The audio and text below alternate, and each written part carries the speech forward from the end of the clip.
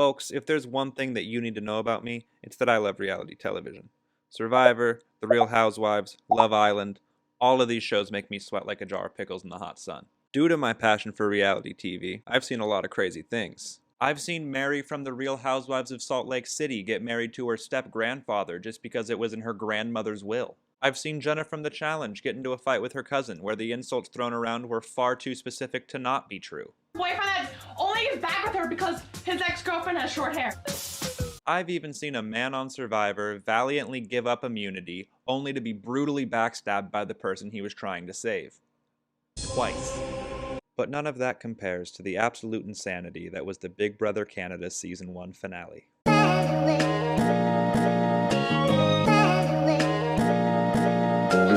For those who don't know, Big Brother is a reality show that has had over 40 international variations throughout the years. With versions in the UK, Brazil, and India, just to name a few, Big Brother is truly a global phenomenon. In the US and Canada, Big Brother is a social strategy game that takes place over the course of a few months. Contestants are put into a house fitted with cameras, and they compete in a series of competitions, voting one person out each week. When it gets down to the final two players, the winner is voted on by the jury, which is made up of the already eliminated contestants. Whoever gets the most votes is crowned the winner and gets the cash prize that goes with it. Simple enough, right? Well, let's take a trip up north and I'll set the stage for you. It's the finale of the very first season of Big Brother Canada. Our final two is Gary and Jillian, two people who played very different games to get to this point.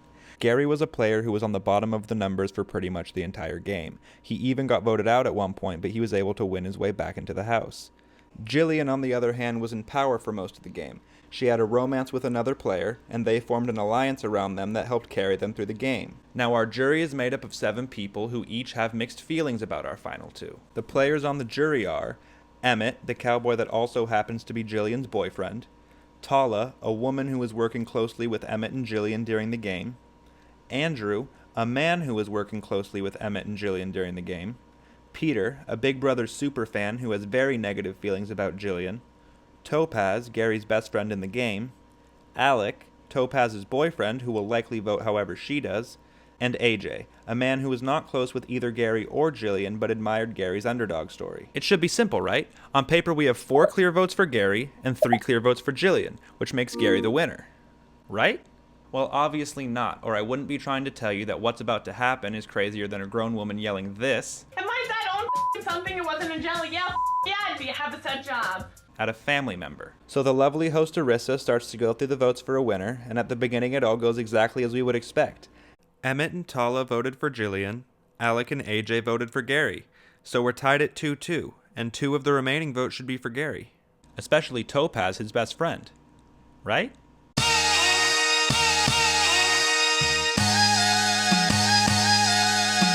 Topaz has voted for Jillian. Wait a minute. Wait, what? That's right, Topaz surprised everyone, including herself, and voted for Jillian, making Jillian the winner.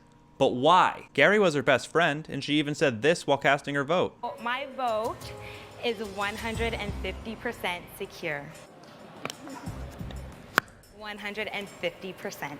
So what happened? Well, the first thing that Topaz does is claim that somebody switched her vote when the show went to a commercial break. No, someone switched it. Don't do this to me. But Big Brother is always watching, and they're able to pull footage of Topaz casting her vote, this time from a different angle. We can see that she clearly looks at both keys and inserts the one with Jillian's name on it. So we know it wasn't production interference. The other obvious answer is maybe she was just confused. At every other point in Big Brother, you're voting for the person you want to leave the game. The final two is the only point in the game where getting the most votes is actually a good thing. So it's entirely possible that Topaz was voting for the person that she wanted to be eliminated. That would make sense. Gary was her best friend, and I just showed you that she clearly deliberately voted for Jillian. And I would buy it if it weren't for Arissa explicitly saying this before they start voting. One at a time, each member of the jury will make their way to the voting box.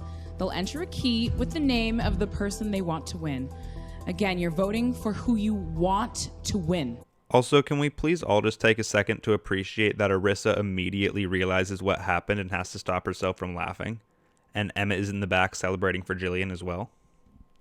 Now, I can't sit here and act like I have all the answers when in reality, I obviously wasn't there. So what does Topaz say?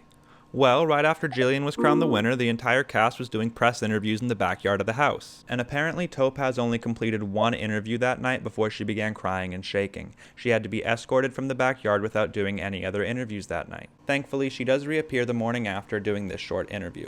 She's asked if she accidentally mistook the J for a G, and she says no. Instead, she says the nerves of being on live TV in front of the audience got the best of her. She points out that even though by that time they had been on TV for months, inside the house it didn't feel like it. In the Big Brother house, you are completely isolated from the outside world. Contestants don't hear the studio audience, and all of the cameras are tucked into the corners of rooms or hidden behind mirrors. So according to Topaz, this moment, casting her vote on stage, was the first time she felt like she was being watched by the entire country. She also adds that the producers had given her a lot of specific instructions on walking up there and making sure she was looking into the camera at specific times. Which, I mean, could be true, but, I mean, she wasn't looking into the camera very much during this anyways, so she clearly wasn't remembering that. Maybe that makes it more believable. Also, remember when she said this? 150% secure. 150%. Well, according to her, that comment was actually directed towards Jillian, not Gary. So Topaz says that she had Jillian on her mind, and that combined with her nerves led to her putting in the wrong vote. Completely understandable.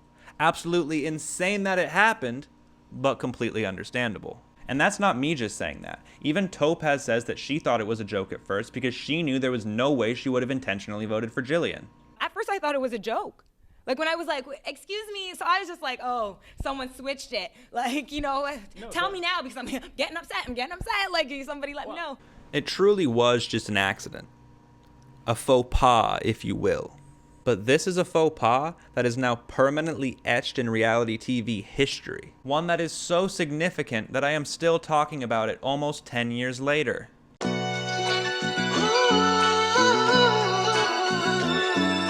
I have to know what the relationship with you and Topaz is like. Me and Topaz are fine.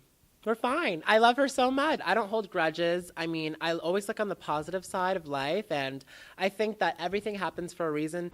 There was a reunion special about a week after the finale, and of course one of the first things they talk about is Topaz's vote. Topaz clarifies that she does believe that Jillian is a deserving winner, but she obviously meant to vote for Gary. She says that the whole situation was made so much worse by the fact that her best friend was the person who got screwed over. She reiterates that her 150% comment was intended for Jillian, not Gary, and that's what tripped her up. She's not angry that Jillian won, she's upset that she's the reason that Gary lost. I suspect that they included all of this just to combat the people online who were saying that this whole thing was planned just to make the season 1 finale more controversial to drive up the ratings for the next season. And I personally don't buy this theory. I do truly believe that it was just an unfortunate mistake by Topaz. And as for lasting impacts, obviously Jillian is crowned the first winner of Big Brother Canada, Gary does get another chance to play the game since he was robbed of the win, and Topaz's legacy lives on in the finales of every other Big Brother Canada season moving forward. They will enter a key with the name of the person they want to win. To win. Again, to be crystal clear, and I can't stress this enough, you are voting for who you want to win.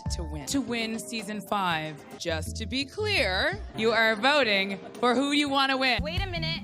Wait, what? This will forever be one of my favorite reality TV moments, because although it's not the loudest, the most violent, or the most cold-hearted thing we've ever seen, there's just something Shakespearean about the way that the money was unintentionally stolen from Gary by his best friend, his sister, someone that was on his side. 150%.